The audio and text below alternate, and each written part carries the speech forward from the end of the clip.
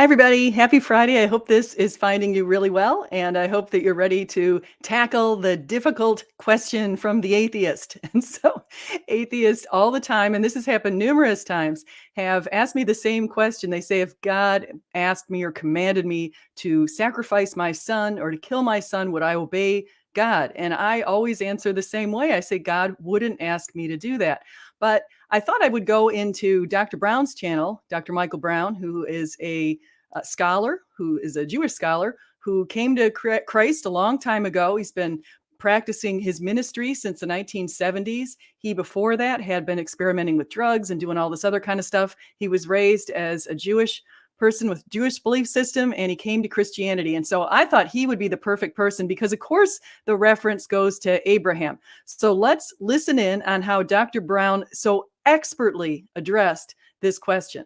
And so here we go. Stay tuned. You've come to the right place.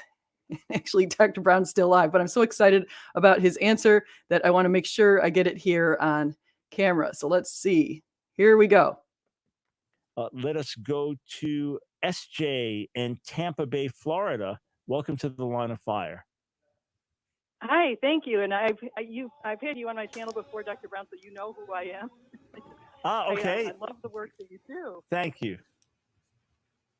Absolutely love the work that you do. And I wanted to ask you, I have over the years, a lot of atheists have gotten on Twitter and they ask me the same question that they think is a gotcha question based on Abraham and his son. And they say, what would you do if God commanded you to sacrifice your only son or one of your sons? What would you do? And they say, well, of course, I say, well, God would never ask me that, so that's not a concern. But they think that's not a very good answer. So I'm wondering how you would answer this question.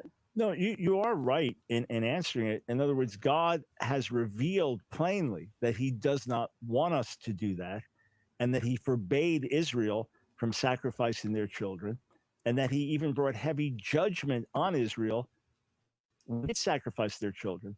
And he even made provision under the law, since he said the firstborn belongs to me, that when it comes to a child, that child is not sacrificed. Rather, you sacrifice an animal in their behalf.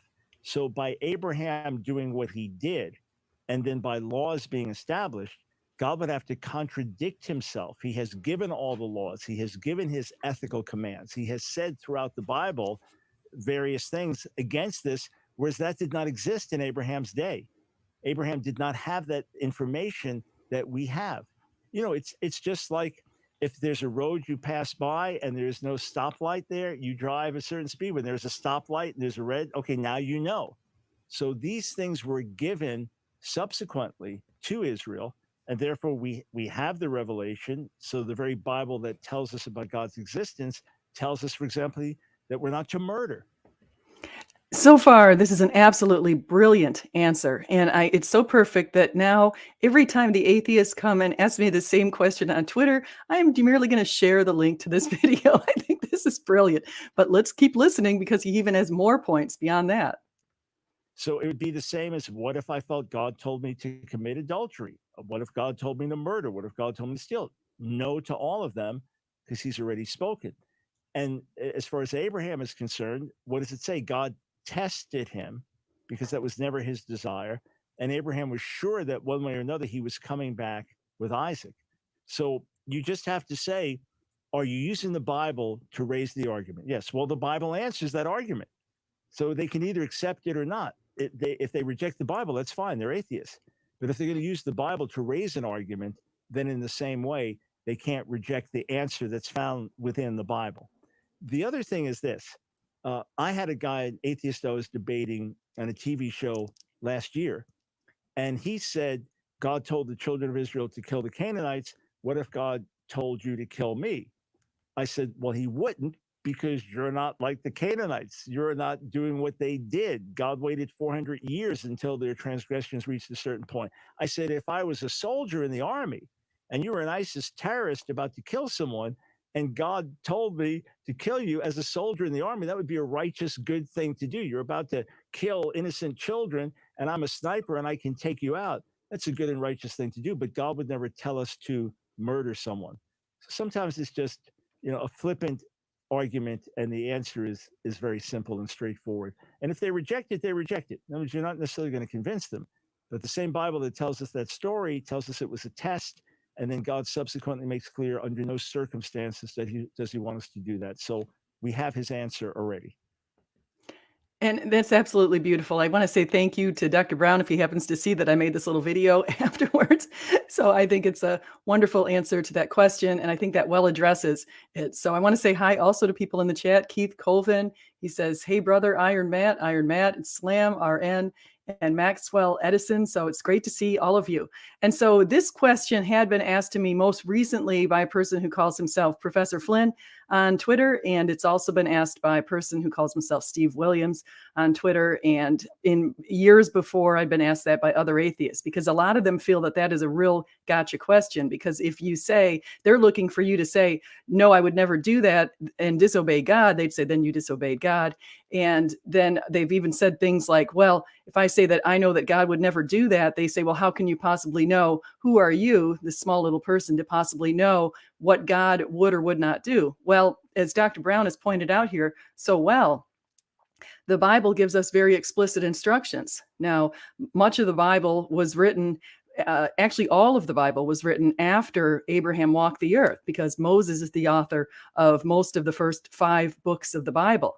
And so most of it was written after Abraham walked the earth. So Abraham, as Dr. Brown has pointed out, did not have that code of conduct in the same way that we have the code of conduct. God forbade the idea of sacrificing your children.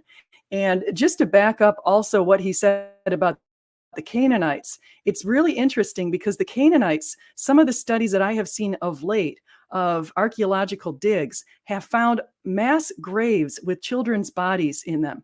And the children's bodies were charred to death, because one of the things that the Canaanites thought they could do is they thought if they sacrificed their children to the gods, that they would have better crops. So you can see how incredibly corrupt their systems of consciences were.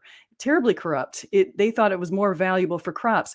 Children weren't given that sort of intrinsic value in that society that they're given today.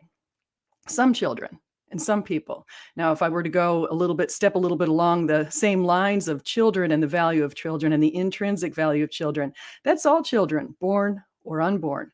And I think that the raging debate that's going on right now with Roe v. Wade, and this idea that this is going to harm the bodily autonomy of a woman, is a very self-centered argument.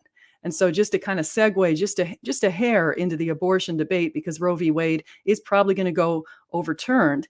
And probably what's going to happen then is all of the abortion laws within the states will be cemented in some way. So if you're living in a red state, it's more likely that the abortion laws will be much more strict.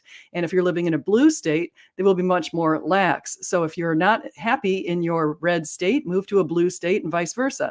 And the point is, though, is in all of this is if we think about an unborn child as being non-intrinsically valuable, we have problems. Why is that? Because life begins at conception. And so what you're saying is you're going to attribute some arbitrary personhood to that life. But anyway, I want to say thank you, everybody, for coming in here. Please like, subscribe, and do come again. And just remember, whether you eat, drink, whatever you do it all for God's glory. Thank you so much. Great to see you, Utopia Buster 2, Iron Matt, Slam RN, Keith Colvin. Everyone have a great, wonderful afternoon. Very edifying. Bye-bye.